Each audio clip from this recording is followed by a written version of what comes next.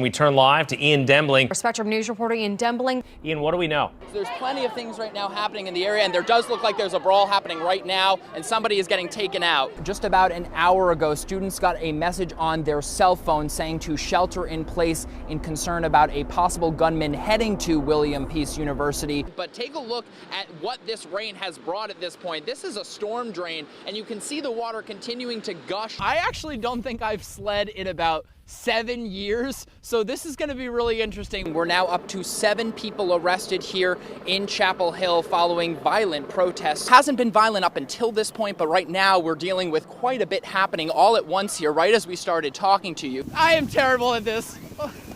Sledding down the hill. I think he wiped out a little bit, but he's looking pretty good there right now. Ian, good to see you.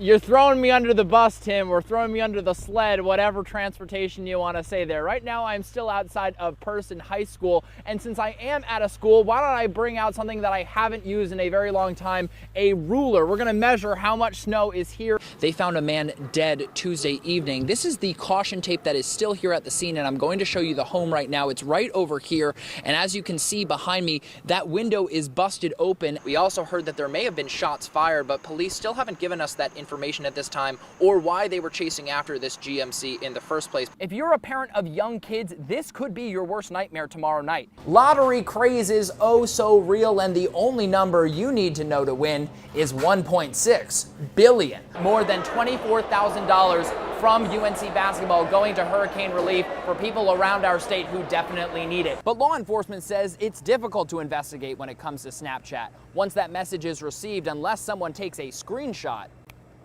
it will quickly disappear. Other people getting taken out in handcuffs and getting thrown to the ground. It's been on and off since around 11:30 this morning. There are some people who are still here protesting, and what started out as just those peaceful protests has now led to 7 arrests. Pushing and shoving, along with punching and breaking others' property, led to situations like this one, with protesters down on the ground in handcuffs. It's surprising. I don't really know what to think of it, but I've never really been to a protest like this. I don't want to live my life in fear. This is my campus. I'm paying a lot of money to come here, and, well, just Nazis, KKK aren't welcome here. What started as a few who are pro-Confederate monuments standing next to where Silent Sam once stood with their flags in hand turned into a mob of people as anti-Confederacy protesters surrounded their flags, at times even blocking our cameras from trying to speak or look at those carrying them. They find out where we live and they harass us once they have our faces, and I'm not letting that happen. Protesters on both sides of the debate are now facing assault and damage to property charges. We come peaceful, and that's where we want to stay, but you got a couple out here that don't want to be peaceful, so they're going to get what they're going to get. What did taking that statue down change anything in this country? Nothing. Nazis go home! Nazis go home! After hours of confrontation, eventually many of those carrying Confederate flags went home, which leaves everyone wondering what may happen next. Raleigh police say just before 11 a.m. Friday, they got a call about a suspicious vehicle at the intersection of Garner Road and Martin Luther King Jr. Boulevard. When they arrived, it turned into much more than that. Police body cam shows 44-year-old Frederick Hall attempting to flee from police's hold. No. Don't bust up. And then for the next 3.5 minutes, officers tried to place him under arrest. Hall begins by throwing punches, which knock some of the officers, including at least one female, to the ground. Police try hitting him with a baton, but Hall continues to swing violently at officers. It takes one officer using a taser and 5 officers using physical force to get Hall onto the ground in the middle of the road. But the brawl doesn't stop there. Roll him over. As officers tried to pull Hall's hands behind his back, We got one cuff. No, we don't. No, we don't. Hall tries one last effort to assault those arresting him. Fighter. That's when officers began kicking at his head and repeatedly smacking his back with a baton. Let go. Stop, fighter. Stop. Get off. Stop, fighter. After 48 seconds and at least 10 whips of the baton, police managed to pry the officer away from Hall's mouth.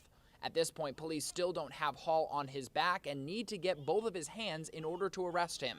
It took police stomping on his hands in order to get Hall to give them up. Hall, in handcuffs now, also needed medical treatment. Wake County EMS got him a stretcher and transported him to the hospital. On Sunday, police took him from the hospital to the detention center, and on Monday he appeared in court via video camera. The district attorney announced shortly after his appearance she would not be pursuing criminal charges against the officers involved.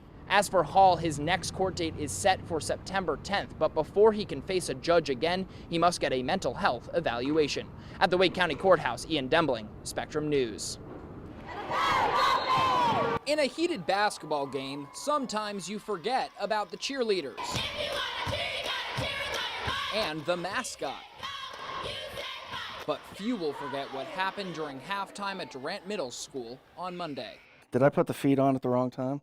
Yes, I was just thinking that. I did. Tech Sergeant Anthony Pasco is stationed in San Antonio and hasn't seen his daughters Zoe and Anina in 6 months. They have no idea that I'm here, so it's kind of like that Christmas morning open up presents moment. And it's far from the first time he's been away. I've missed a bunch of birthdays. I missed 3 Christmases, 3 Thanksgivings, and all that kind of stuff. And it comes with the territory of being in the military, but it's tough on every parent. Well, I want to make sure they don't know my walk.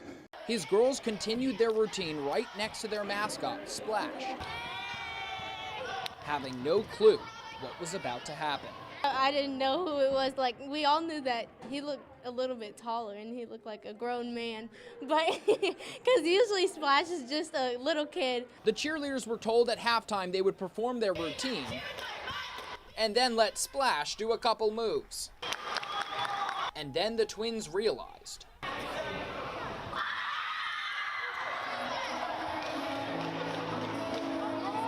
that their biggest cheerleader was finally home.